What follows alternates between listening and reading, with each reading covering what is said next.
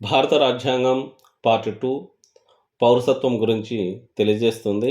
Article 5 to 11. Article 5 రాజ్యాంగ ప్రారంభంలో పౌరసత్వం.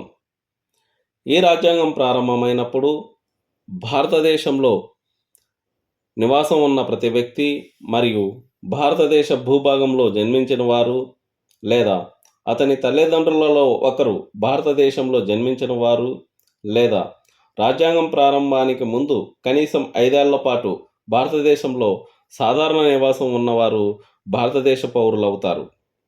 ఆర్టికల్ 6 పాకిస్తాన్ నుండి భారతదేశానికి వలస వచ్చిన వ్యక్తుల పౌరసత్వ హక్కులు. ఆర్టికల్ 5లో ఏమున్నప్పటికీ పాకిస్తాన్ ప్రాంతం నుండి భారతదేశానికి వలస వచ్చిన వ్యక్తి అతను లేదా అతని తల్లిదండ్రులలో ఎవరైనా లేదా అతని తాత ముత్తాతల్లో ఎవరైనా భారత ప్రభుత్వం చట్టం 1935 ప్రకారం భారతదేశంలో జన్మించి ఉండాలి. అతను 1948 జూలై 19 తేదీకి ముందు వలస వచ్చి ఉంటే అప్పటి నుంచి భారతదేశంలో నివసిస్తూ ఉండినచో 1948 జూలై 19 తర్వాత వలస వచ్చి భారత ప్రభుత్వ అధికారితో దరఖాస్తు చేసుకుని రాజ్యాంగ ప్రారంభానికి ముందు పౌరుడిగా నమోదు చేయించుకుని ఉండినచో అతడు భారత పౌరునిగా ఉన్నట్లు భావించాలి. అయితే ఆ వ్యక్తి భారత పౌరునిగా రిజిస్టర్ చేయించుకున్నట్టు కొరకు అతడు దరఖాస్తు పెట్టుకున్న తేదీ ముందు కనీసం 6 నెలల పాటు భారతదేశంలో నివసించి ఉండవలెను. ఆర్టికల్ 7 పాకిస్తాన్కు వలస వెళ్ళిన కొంతమంది వ్యక్తుల పౌరసత్వ హక్కులు. 1947 మార్చ్ 1 తర్వాత భారతదేశం నుంచి పాకిస్తాన్కు వలస వెళ్ళిన వ్యక్తి భారత పౌరునిగా పరిగణించబడడు.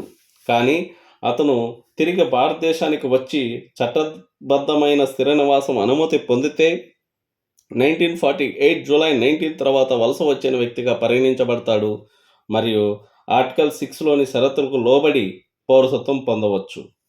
ఆర్టికల్ 8 విదేశాల్లో నివసించే భారతీయ మూలాలున్న కొంతమంది వ్యక్తుల పౌరసత్వ హక్కులు.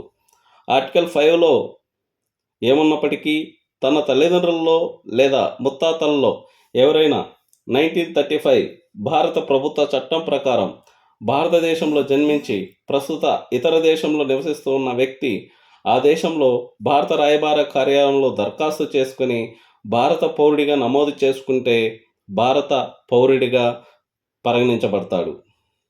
ఆర్టికల్ 9 విదేశీ పౌరసత్వాన్ని స్వచ్ఛందంగా పొందిన వారు భారత పౌరులు కారు. ఆర్టికల్ 5, 6, 8 ప్రకారం భారత పౌరుడిగా ఉండే వ్యక్తి తన ఇష్ట ప్రకారం ఇతర దేశ పౌరసత్వం తీసుకుంటే భారత పౌరుడిగా పరిగణించబడడు. ఆర్టికల్ 10 పౌరసత్వ హక్కుల కొనసాగింపు. ఈ భాగంలో పేర్కొన్న ప్రకారం భారత పౌరుడైన ప్రతి వ్యక్తి భారత పార్లమెంట్ చేసే చట్టాలకు లోబడి భారత పౌరుడిగానే కొనసాగుతాడు. ఆర్టికల్ 11 పార్లమెంట్ పౌరసత్వం గురించి చట్టాలు చేయడానికి అధికారం. పౌరసత్వం కల్పించడం, రద్దు చేయడం లేదా పౌరసత్వంతో సంబంధం ఉన్న అంశాలపై చట్టాలు చేసే అధికారాన్ని పార్లమెంట్ కలిగి ఉంటుంది. జై భీమ్, జై భారత్, జై సంవిధాన్.